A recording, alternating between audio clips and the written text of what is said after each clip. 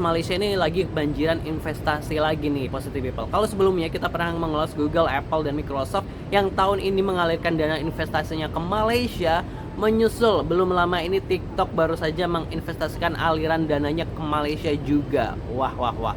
Melansir dari sumber bisnis.com, perusahaan induk aplikasi media sosial TikTok, ByteDance berencana menginvestasikan sekitar 10 miliar ringgit Malaysia atau sekitar 34,68 triliun di Malaysia untuk membangun pusat kecerdasan buatan atau Artificial Intelligence atau AI. Rencana investasi raksasa teknologi asal China tersebut nih pertama kali diungkapkan oleh Menteri Investasi Perdagangan dan Industri Malaysia Tengku Zafrul Aziz melalui media sosial X atau Twitter pada Jumat 7 Juni 2024 kemarin. Tengku Zafrul mengatakan sebagai bagian dari kesepakatan ini, ByteDance atau ByD ini juga memperluas fasilitas pusat datanya di negara bagian Johor, Malaysia dengan investasi tambahan sebesar 1,5 miliar ringgit Malaysia.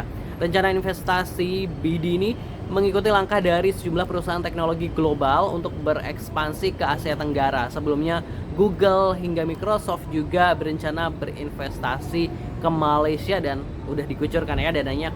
Waduh, kok bisa gitu ya? Padahal TikTok ini untung banyak loh di Indonesia. Terlebih Indonesia ini menjadi negara dengan pengguna TikTok terbanyak kedua di dunia. Angkanya ini sekitar 125 sampai 130 juta pengguna atau akun. Berapa sih keuntungan TikTok di Indonesia nih? Melansir dari berita 1.com, Indonesia ini merupakan pasar penting bagi perusahaan e-commerce asal Tiongkok TikTok yang baru-baru ini melarang aktivitas retail online lewat TikTok Shop ya. Larangan di Indonesia menyoroti kerentanan TikTok akibat terlalu bergantung pada satu pasar. Data dari Bloomberg menyebutkan TikTok Shop menghasilkan lebih dari 2,5 miliar US dollar di Indonesia tahun 2022 dan menyumbang sekitar 60% dari total pendapatan e-commerce itu senilai 4,4 miliar di Asia Tenggara. 4,4 miliar US dollar ya di Asia Tenggara. Banyak banget ya ternyata penghasilannya di Indonesia aja. Wah, gimana nih kok investasinya ke Malaysia? Tapi tenang. Kabarnya TikTok ini pernah akan berinvestasi di Indonesia juga dari sumber cnbcindonesia.com. Sebelumnya terdengar kabar jika investasi TikTok di Indonesia ini akan investasi di Indonesia ini mencapai 10 miliar US dollar atau sekitar 148 triliun. Namun saat ditanyakan hal tersebut saat konferensi pers, Chu ini tak menyebut angka pastinya. Dia hanya mengatakan akan berinvestasi miliaran dolar. Investasi tersebut akan dilakukan selama 3 hingga 5 tahun ke depan.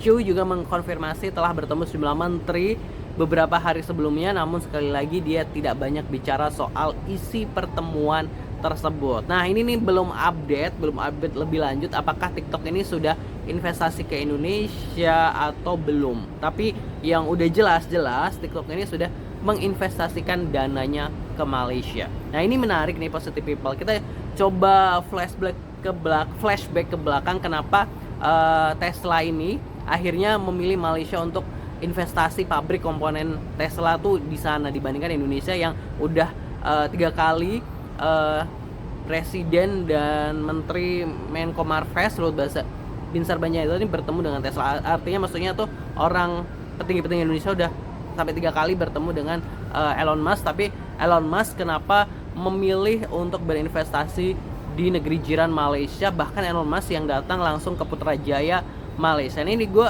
sempat melakukan obrolan ringan nih dengan teman yang ada di Malaysia. Nah, dia cerita gitu kan ya kenapa Tesla akhirnya kok bisa bikin pabrik komponen di sana gitu. Maksudnya pabrik yang dimaksud tuh bukan pabrik mobilnya, tapi kayak komponennya gitu loh. Sebagian komponennya.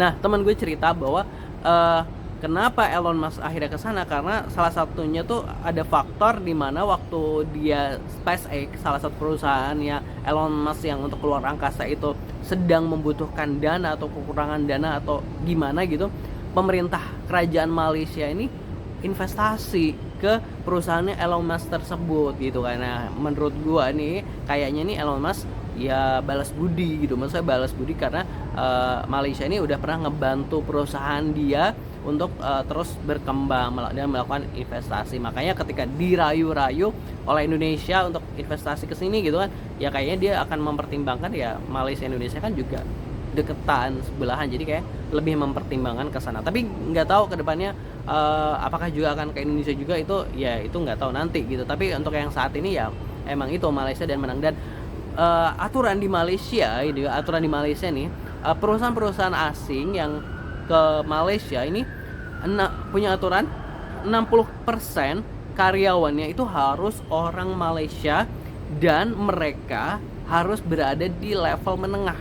Jadi pekerjanya ini harus dari 60% dari Malaysia dan harus mereka di level menengah. Ini peraturan dari kerajaan Malaysia. Jadi seperti itu. Jadi mau nggak mau para investor atau yang mau buka usaha di Malaysia ya emang harus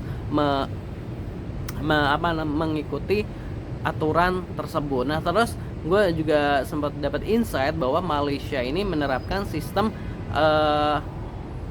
di mereka tuh di istilahnya nggak apa-apa untung dikit, nggak apa-apa kita dapat dikit, tapi paling nggak mereka invest di Malaysia, misalnya kayak gitu. Misalnya kayak Elon Musk gitu kan, misalnya kayak ya nggak apa-apa kita cuma dapat pabrik, cuma dapat ya, tapi dapat itu banyak juga. Misalnya kayak ya udah komponennya, sebagian komponennya di Malaysia itu tuh udah menurut mereka itu tuh udah hal yang luar biasa, nggak apa-apa kita dapat dikit dulu gitu. Mereka tuh nggak langsung mencari untung yang besar, targetnya harus besar enggak, tapi mereka yang penting kita dapat mereka masuk dulu ke kita dapat dikit nggak apa-apa, istilahnya kayak gitu. Kita bisa mengambil ilmu dari mereka. Pokoknya keren banget sih Malaysia emang kalau soal kayak mulai bisnis dan lain sebagainya, mereka udah kayak maju. Tapi ya itu tadi ada satu sistem atau mindset yang mereka terapkan bahwa yang penting deal, nggak usah ambil untung banyak, nggak apa-apa kayak gitu.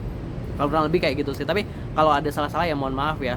Boleh teman-teman dari Malaysia informasikan gimana sih aturan-aturan investasi di Malaysia bagi perusahaan-perusahaan asing di negeri jiran. Terima kasih buat teman-teman Positive People. Gimana nih menurut Positive People?